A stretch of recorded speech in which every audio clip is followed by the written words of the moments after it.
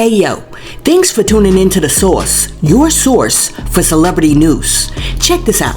As you know, Piers Morgan Uncensored had Jaguar Wright on the show the other day, and boy was that show a doozy. Because first, Jaguar Wright was like, P. Diddy aka the Diddler is an absolute monster.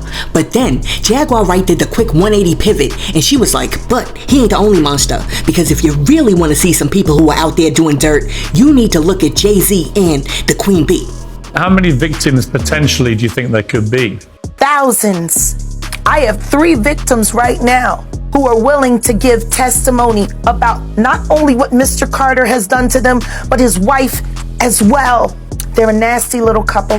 They do nasty things. Putting people on planes while they're unconscious, just like Aaliyah got on that plane, unconscious.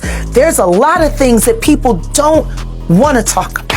Listen, like I said, Jay-Z and Beyonce are not here. I'm just being honest with you. You're perfectly entitled to your views, obviously. Kim Porter, yes. A new book claims that Diddy may have been involved in her early death. What do you think of that? I think people should really look into that more. I love him. I love his children. I knew Kim.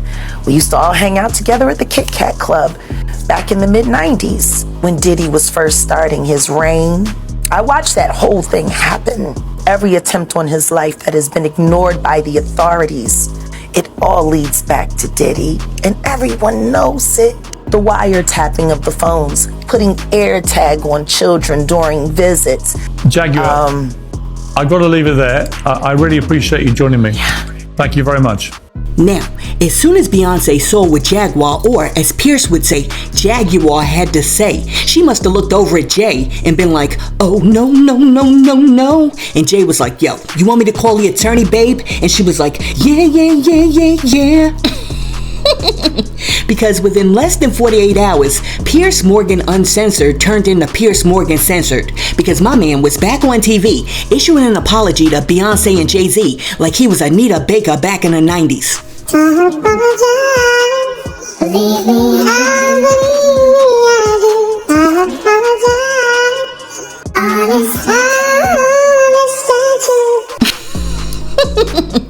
Check this out. The thing about platforms, the reality of the modern world is that pretty much everyone is a platform as long as there's something to say that other people want to hear. That's why we invited her on to be interviewed. Well, Jaguar Wright unexpectedly made several serious allegations about Jay-Z and Beyonce during that interview. As I said in the moment, they were not present to respond or defend themselves, but now they have. Their lawyers contacted us to say that those claims were totally false or comply with a legal request to cut them from the original interview. Editing interviews is not something we do lightly at a show called Uncensored.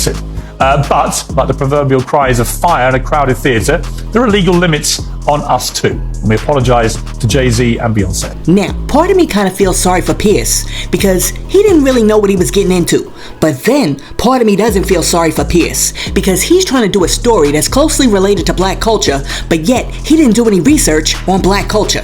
Because if he did, then he would know what the rest of us already know. And that is this, that Jaguar Wright is always going to give you a Diddy story with a dash of truth mixed with a little conspiracy and a dash of crazy.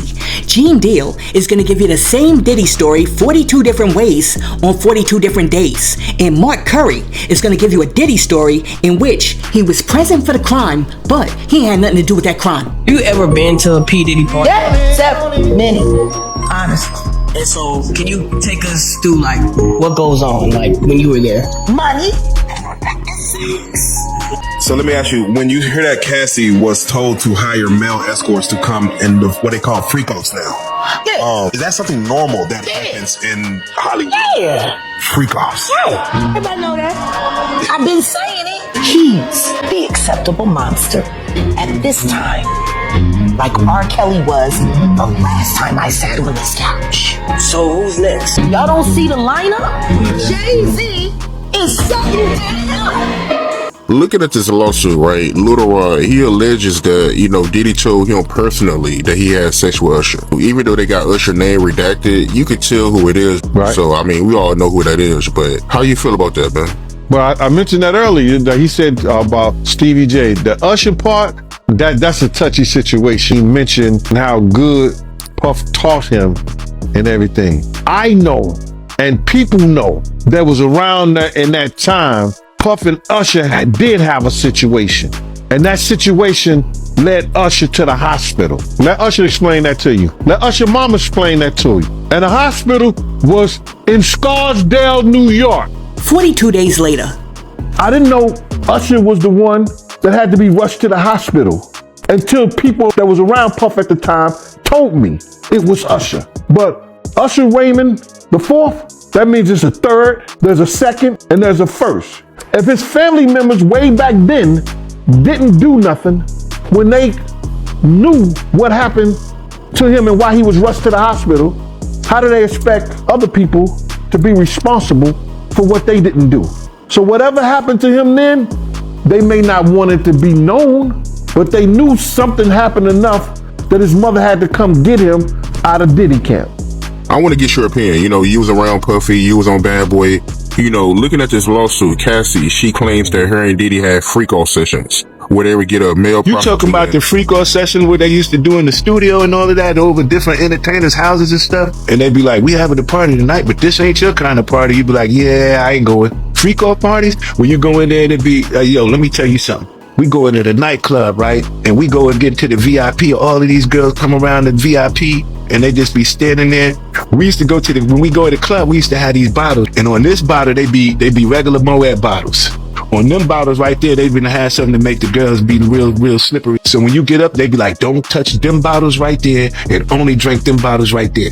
Then all of the girls is in the club after a while, they all running, opening up their mouth like little birds. Just run around just popping pills in their mouth. Pop pill, pill, pill.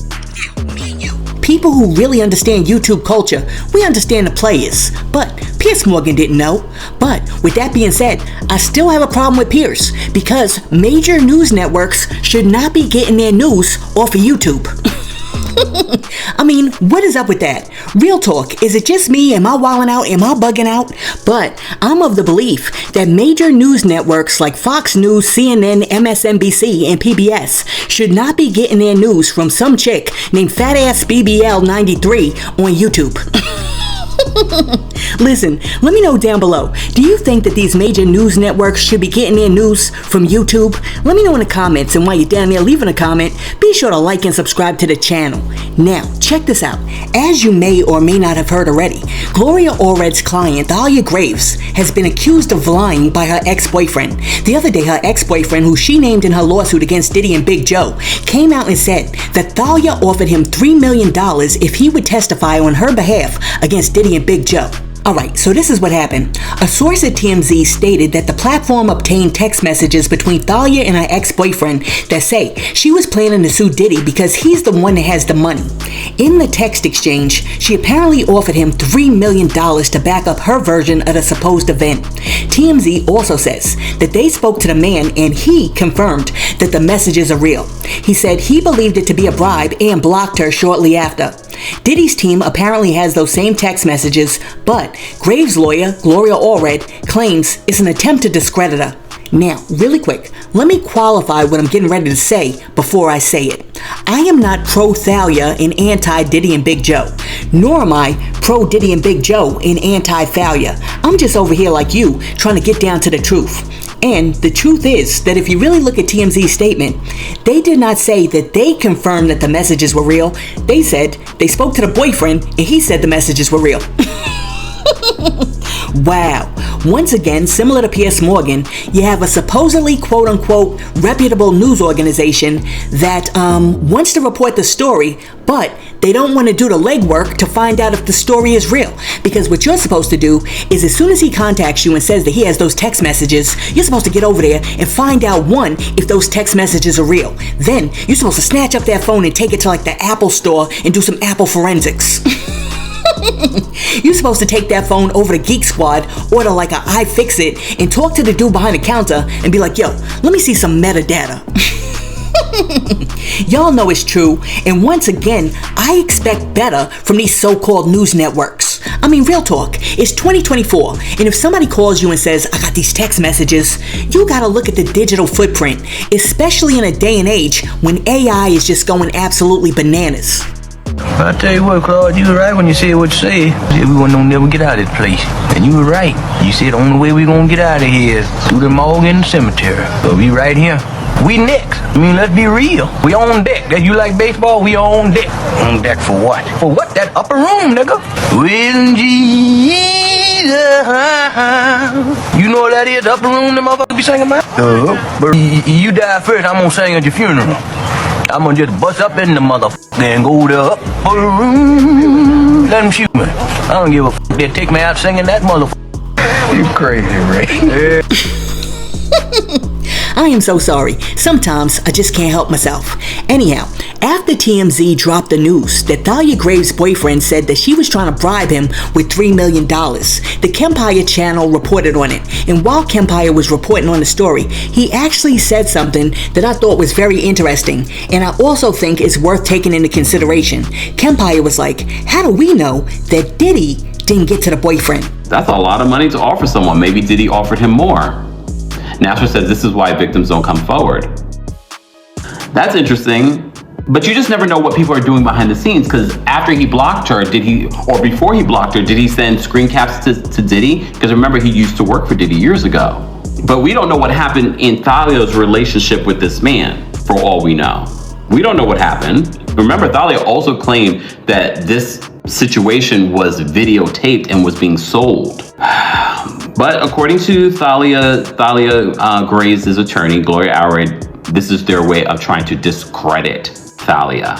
Listen, at the end of the day, the bottom line is this. The proof is going to be in the pudding. Oh, wait a minute. That's Bill Cosby. In Diddy's case, the proof is going to be in the videotapes. Or maybe we won't have to wait that long, because allegedly, Mims over there at the Make It Make Sense YouTube channel got a copy of the text messages between Thalia Graves and her ex-boyfriend. Let's check them out. Alright, so on November 27th, 2023, Thalia's texting back and forth with her ex-boyfriend, and there's a picture of like Joe. And then she says, that's the bastard. I contacted Blink. Hopefully he has a lawyer. And then the boyfriend's like, okay, cool. And yes, that's Big Joe. And she was like, I know.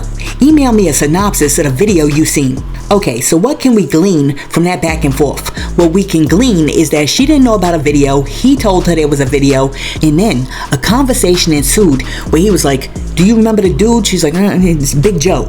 And they're like, is this Big Joe? She's like, yeah, that's Big Joe. And she's like, yo, let me know what's on that video. And I hope this bastard has like a lawyer, because I'm getting ready to contact somebody myself, in addition to the person that I already just contacted as soon as you told me that this video existed. Alright, so even though this particular section of the text is obstructed, we can tell that she's saying, what's that thing called that expired? And then he responds, the Adult Survivors Act. And then she says, okay, think I'm gonna file a claim, especially if that damn tape is in rotation.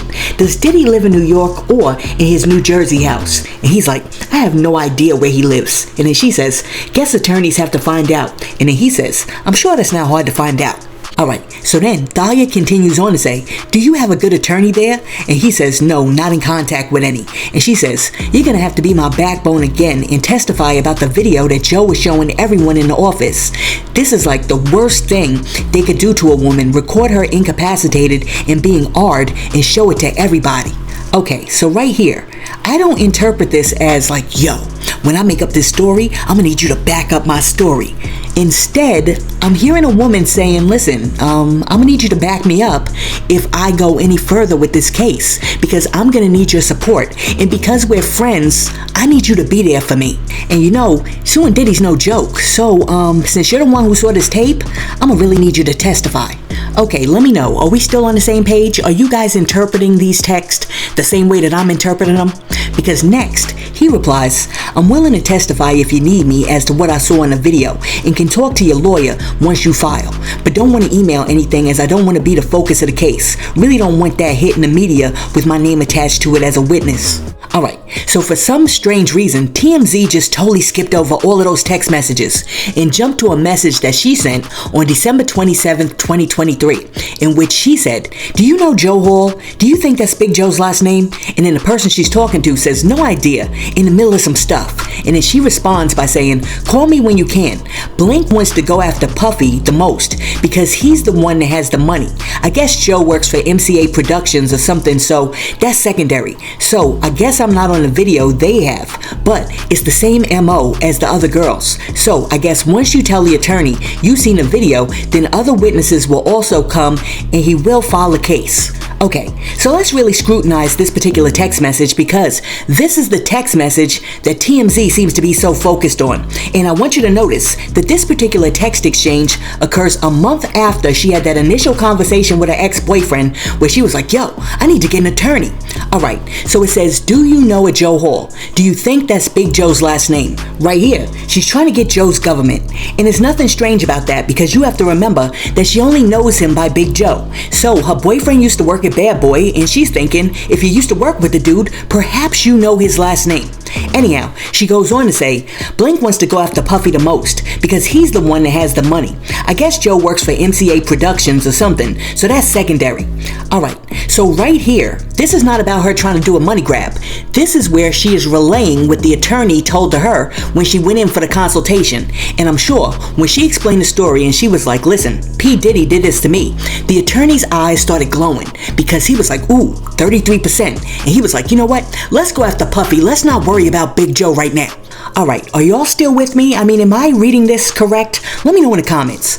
So then she goes on to say, so I guess I'm not on a video they have, but it's the same MO as the other girls. So I guess once you tell the attorney you've seen a video, then other witnesses will also come and he will file a case. Okay, so this is the way that I read this. She says, so I'm not on the video that they have, but it's the same MO as the other girls, which means she's talking about a tape with other girls on it. And she's saying, I'm not on that tape, but the attorney told me that if you come down to the office and you tell him about the tape that you saw with me on it, that you called and told me you saw a month ago, then he will file the case.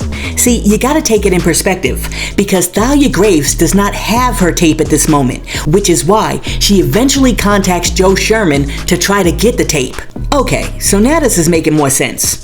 If you remember, when Joe Sherman supposedly showed the text messages that she sent him on the news, there was a portion in the text messages where she contacted him and she said, my attorney said if you will serve as a witness and help me take down Diddy, he'll go light on you and he won't include you in his case. Because apparently the first attorney that she went to, which was a dude, was all about the Benjamins, and in her text, she is clearly referring to him when she says he wants to go after Puffy because Puffy has the most money. She is not saying what she wants to do. She's talking about what the attorney told her to do. So I don't know how in the world TMZ went from reading those text messages to all of a sudden now publishing articles that say Thalia Graves offered her boyfriend $3 million to corroborate her claims and try to extort P. Diddy.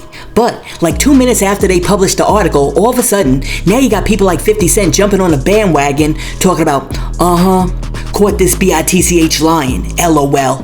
What?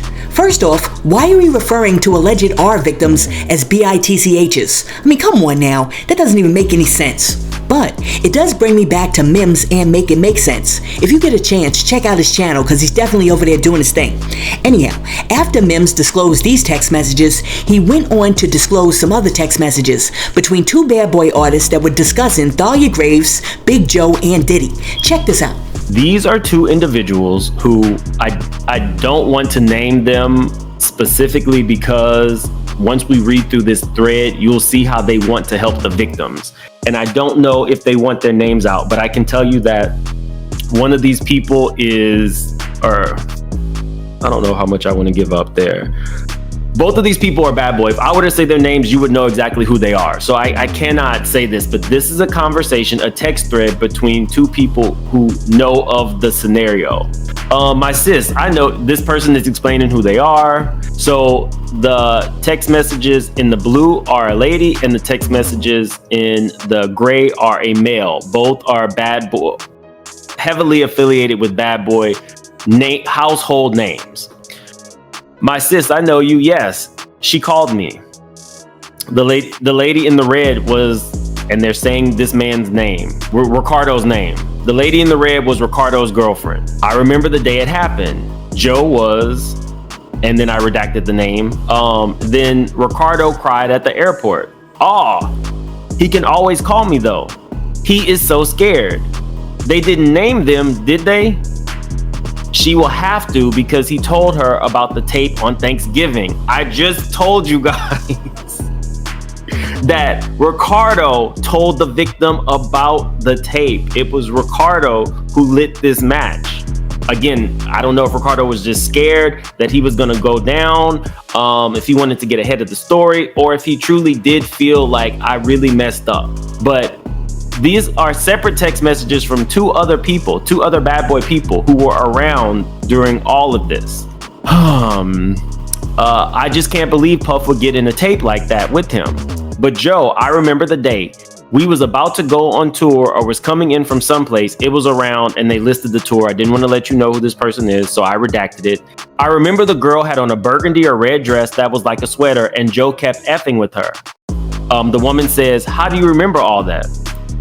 Yeah, I remember that day. I remember Joe was effing with Ricardo bad.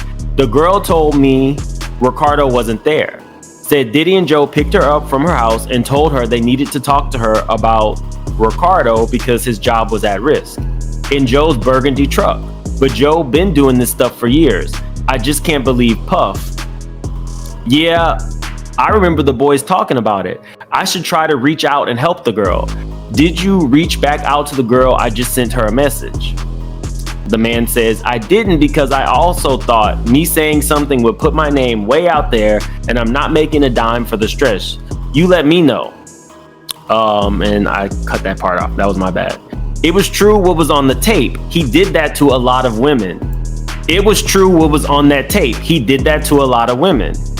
So the woman says, damn. So everyone seen Thalia was, so everyone seen Thalia was her name get R-worded, and Ricardo had to deal with it. From what I've heard, that girl was physically hurt from being tied up and R-worded. Now this is way back in March, you guys. The man replies, Ricardo was hurt too, and Joe kept effing with him. So it says it was Puffy's office, the little room. I bet Ricardo was, but that's still his friend 28 years later. So the plot thickens. So is Ricardo still friends with Diddy all these years later? Interesting. Keep that in your back pocket. Did she remember what Puff's lounge looked like? The man says she described it to me, and what she described was his office and why I remember. Remember that turned that office into a studio, and I think Stevie was working in it with Mary. I remember very well. Joe was like, I'll eat your pee and lick your, okay, shout out to Jolene. I'll lick your baby door and lick your back door. Then said, I take put. Allegedly, this is what Big Joe would tell people. I take the P word. The woman responds, yeah, that office was Puff's personal space. Remember when the equipment was in there? The woman goes on to say, so Joe roughed up the women and drugged them so Puff can finish the job. The man says, that's the confusing part. I know Puff was there. The girl says, I would like to help the girl. The man says, as you should. I think Joe picked her up, like off the ground. That's the confusing part. I know Puff was there. Oh, sorry. Then it goes on to say, can't believe we survived the bullshit and they blackballed us. The man says, in a choke, I'm glad God you is a real love. The woman says, damn, that girl is like under 5 feet and was super small. So people are remembering her. This just proves that other people saw this. Other people are willing to come forward. I'm not understanding why the boyfriend, aka Ricardo, is now seemingly feeding stories to TMZ, because what we saw initially was Ricardo was willing to testify for Thalia. Blah, blah, blah. Damn, that girl is like under 5 feet and was super small. The man says, dude is in trouble spiritually. I remember. The woman replies, very much. Can't imagine how traumatizing it was for her. Joe is over 6.5 feet and probably 450 pounds. The man says, and loud. And he sold the P word. That tripped me out. The woman says, definitely he was a big mouth. Let me see. And Puff didn't like Joe at the studio. Woman says, Puff had all the fame and fortune. What was the purpose behind all this? Was he mad at Ricardo or something? Because then they both involved. Well, all this is gonna be public soon. Hopefully all the victims will be okay and treated with respect. And we're seeing now that they're not. Thalia's being called a hoe all over, a lion hoe. We'll get into that. I chose to redact this name. Dude messed up my life up. Woman says, yeah, they moved some from Studio B, but I don't remember where they took it. Man says, so many females say he did that to them. It was in his office. Stevie J was working with Mary J. And then, so Joe roughed up the women and drugged them so Puff can finish. Get back, but you am so strong. The woman says, mine too, bro. Maybe we should start talking publicly and help these victims.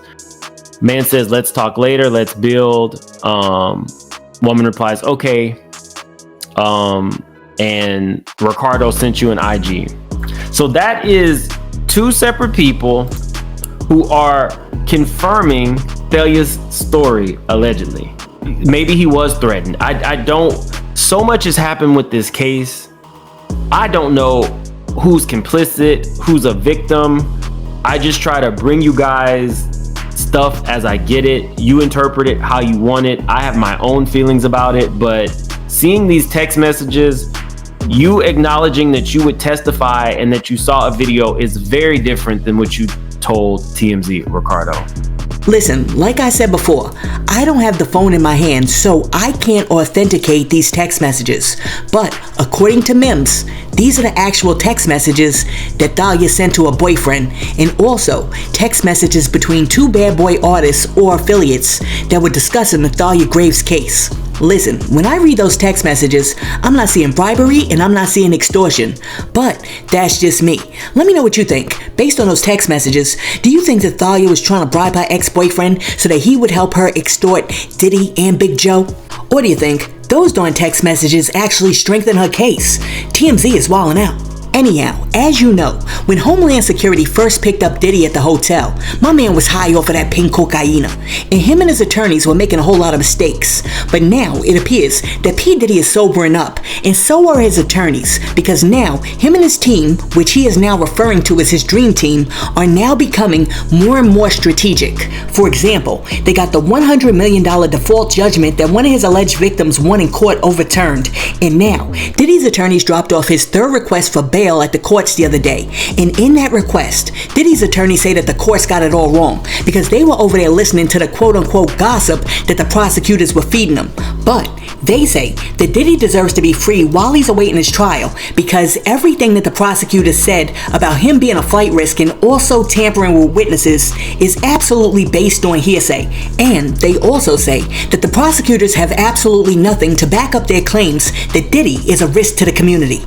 Now, after reading the appeal, the two parts that I found most interesting is one, that Diddy's attorneys admit that he was in contact with two grand jury witnesses prior to his indictment, but they argue that one of the witnesses initiated contact with Diddy. And they also argue that Diddy should be released because if he's surrounded by security guards, there's no way humanly possible for him to tamper with witnesses in the future. For example, they said that with security monitoring his every move, it would be impossible for him to send out secret messages, even if those messages were coded, because the party that he was trying to contact would need to know the code in advance. I don't know. That might not be the strongest argument because we are talking about P. Diddy here. And if P. Diddy wants to get out of code, I believe that P. Diddy will get out of code. It is P. Diddy. As they say, the rain in Spain is mainly on the plains. Well, I Papa freaks all the honeys. Dummies, playboy bunnies, those wanting money.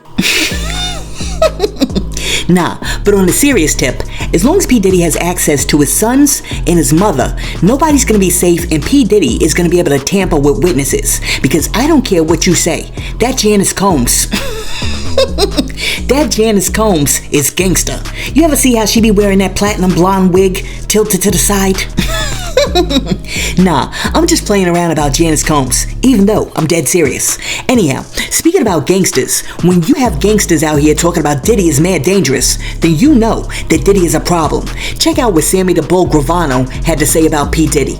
Oh, is a good one. Patrick wants to know, what do you think about the allegations against Sean P. Diddy Combs? I think he has a tremendous headache. I mean, I don't even know. You make it in life and you get so fucking distorted, you're rich, you're this, you're that, friends, you're on top of the game. And then you become a fucking weirdo. Why? What does that? I mean, when the government, a prosecutor, knows what's going on, he's getting complaints or whatever it is, he has information, facts, and he brings it to a magistrate, a federal judge. So they not only gave him, they looked at it, the judge, thinking, yeah, this is heavy shit, and gives you the warrant. Not only a warrant for 3 places, New York, Miami, and LA. All kinds of agencies getting together, spending a ton of money, go into these houses. You know, looking for, he made a lot of tapes and stuff like that. It really don't matter what your sexual preference is. You don't get in trouble for that. But if it's kids, he's dead. And then there's a bunch of murders within the hip-hop industry where his name is popping. I think he has a fucking major problem. And he made all those videos and things because he wanted to use that. In other words, let's say he gets a politician who comes in there and he has sex with a 16-year-old kid, 15, 16-year-old kid. He's blackmailing people. Listen, let me know if you think that Sammy the Bulldog Gravano is right. Do you think that Diddy's over there in his jail cell blackmailing people? Listen, let me know what you think about Piers Morgan apologizing to Jay-Z and Beyonce over the Jaguar Wright interview. Also, let me know something. When Jaguar Wright, Gene Deal, and Mark Curry tell their Diddy stories, which one out of the 3 do you think is the most credible? Also, let me know what you think about TMZ saying that Thalia Graves is out here trying to extort Diddy and Big Joe, Mims dropping the text messages, and Sammy the Bulldog Gravano saying P. Diddy is a freaking weirdo. Let me know what you think about all of that in the comments, and while you're down there leaving a comment, be sure to like and subscribe to the channel and share this video with your friends. Hey yo, thanks for tuning in to The Source, your source for celebrity news. Peace.